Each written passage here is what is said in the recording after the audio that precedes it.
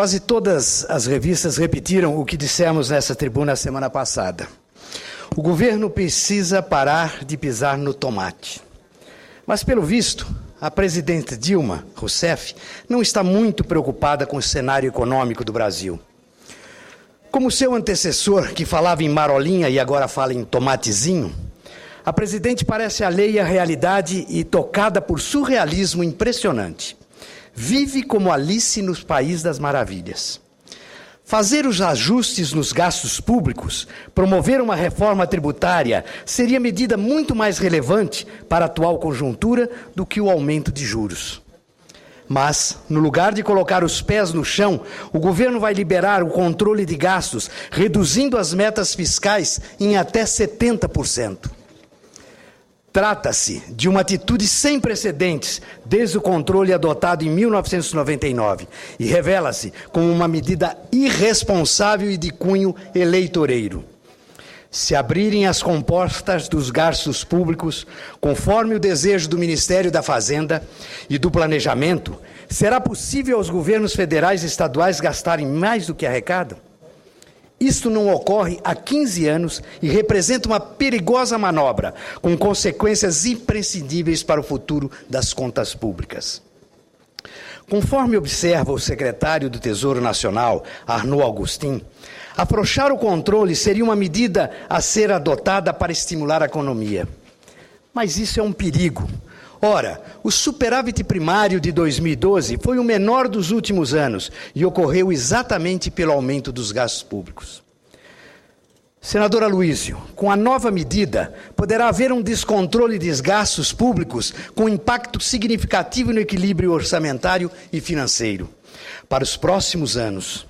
Na prática, é como se a empresa no vermelho decidisse gastar sem qualquer preocupação ou uma família com problemas no orçamento mensal decidisse sair gastando no cartão de crédito. Se isso for feito, repito, poderemos ter um círculo vicioso de resultados imprevisíveis para o Brasil. Isso porque, se o governo gasta mais do que pode, precisa captar mais para equilibrar as contas. Vai sobrar para o brasileiro. Lá vem arroxo e inflação. Diante do crescimento da inflação, o remédio do governo não vai ser outro, mas o aumento dos juros para contê-la. E aonde vai tudo isso? Quais são as implicações para o futuro do Brasil? A sonhadora presidente jamais vai admitir publicamente, mas o PT, como bem assinala o senador Aécio Neves, sempre foi permissivo com a inflação. Mas lembra que o PT foi contrário ao Plano Real, um instrumento com força suficiente para derrotar a inflação e proporcionar a prosperidade. O PT ignorou o Plano Real. Era uma necessidade do Brasil e dos brasileiros. Ignorou que o Plano Real era uma necessidade para os mais pobres. A inflação tem o poder de corroer de forma implacável o poder de compra das famílias de baixa renda.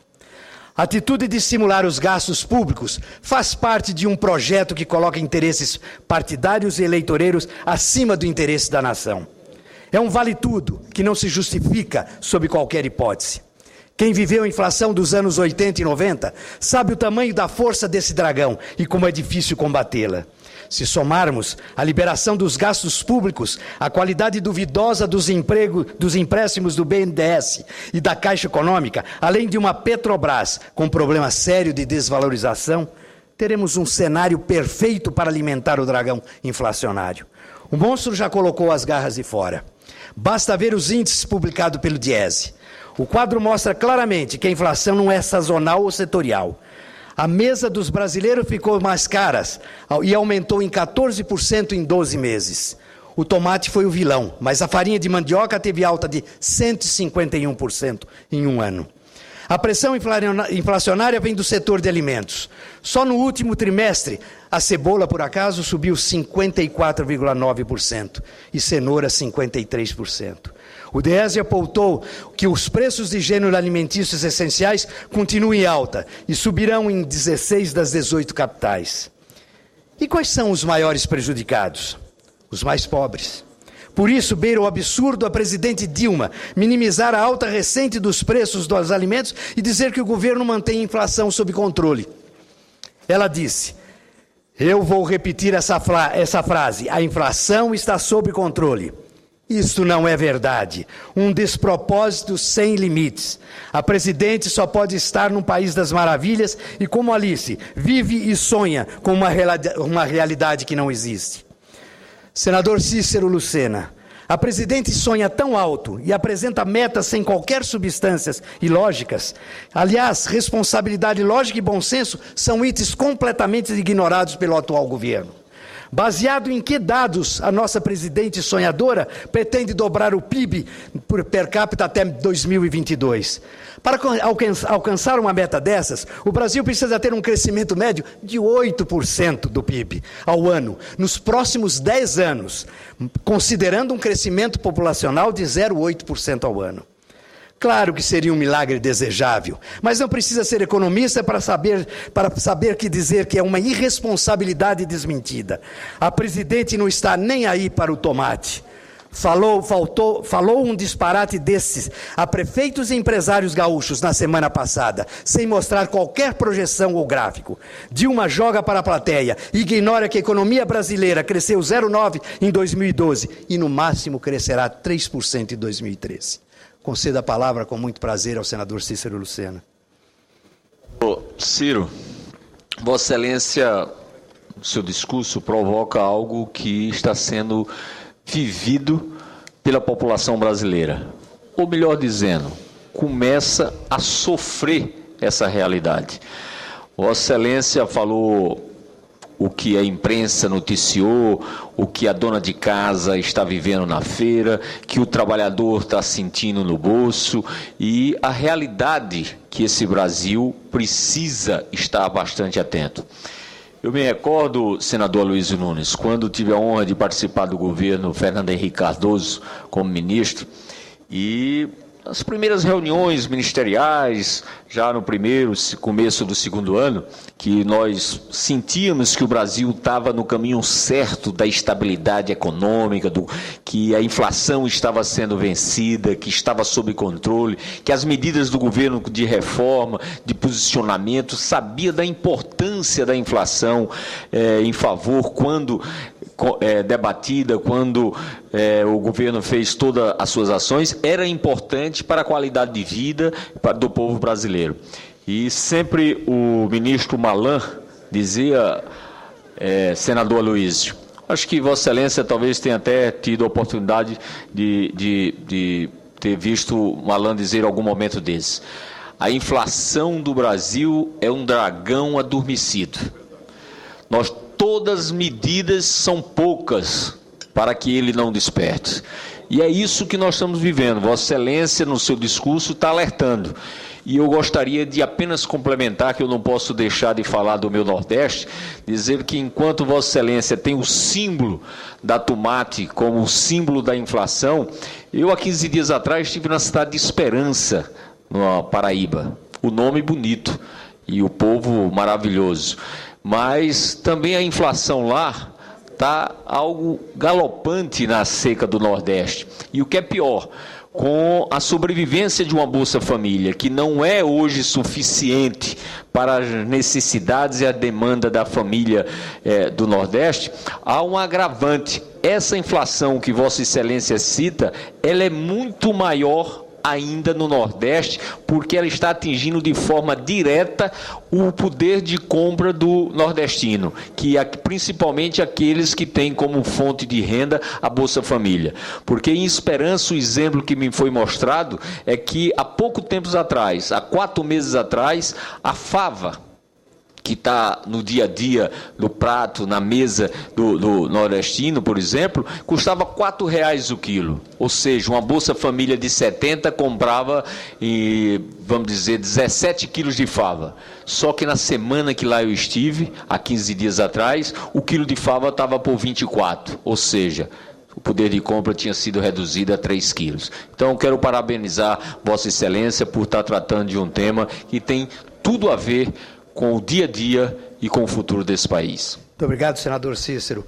E quando nós falamos em inflação média, evidente que ela se reflete muito mais no norte e nordeste pelas distâncias e pelas dificuldades do que no sul e sudeste do país. Concedo a palavra ao meu líder, senador Aloysio Nunes Ferreira.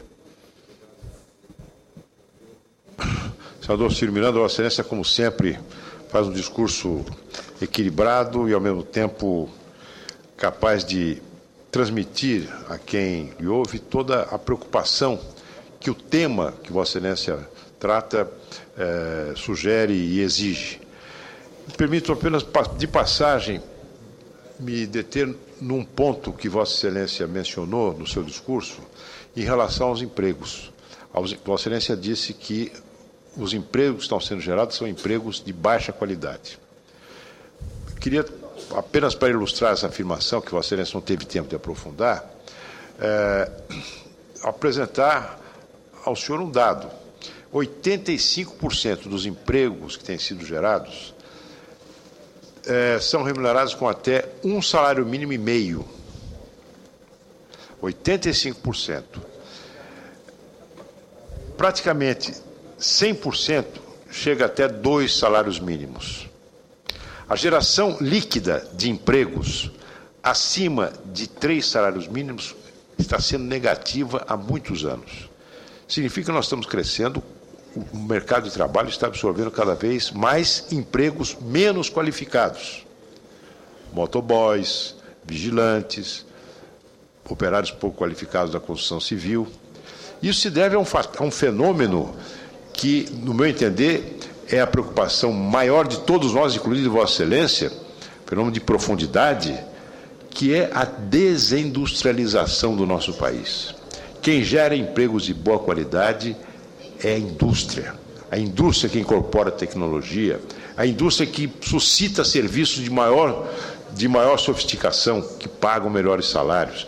E o Brasil está se desindustrializando. Os governos do PT estão liquidando a maior conquista do povo brasileiro do século XX, que foi a industrialização do nosso país. Hoje, a participação da indústria no PIB brasileiro é a mesma da década de 40. Apenas isso. Muito obrigado. Obrigado, senador Aloysio, por enriquecer essa parte.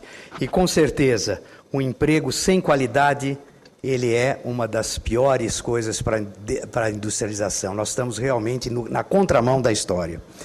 Mas, senhoras e senhores senadores, desde o pós-guerra, o Brasil nunca conseguiu dobrar a sua renda per capita. A presidente falta com a verdade sem qualquer escrúpulo. Senhoras e senhores senadores, a luta pelo poder não pode ser traduzida num vale-tudo que coloca os interesses eleitoreiros e partidários acima dos objetivos da nação. Quando o governo segue por esse caminho, que apenas visa a reeleição, coloca em risco o desenvolvimento sustentável e duradouro do Brasil. É evidente que as articulações políticas visando a sucessão presidencial já começaram. E não é diferente com o PSDB, porém não vamos sintonizar nessa frequência irresponsável e sonhadora. Nós queremos debater projetos reais e verdadeiros para o Brasil. Nós queremos um governo de metas e resultados mensuráveis. Somos otimistas, mas o otimismo responsável se constrói com os olhos no presente e a razão voltada para o futuro do Brasil. Não compartilhamos com essa atitude da presidente, que mais se parece com os sonhos de Alice no País das Maravilhas. Muito obrigado, senhor presidente.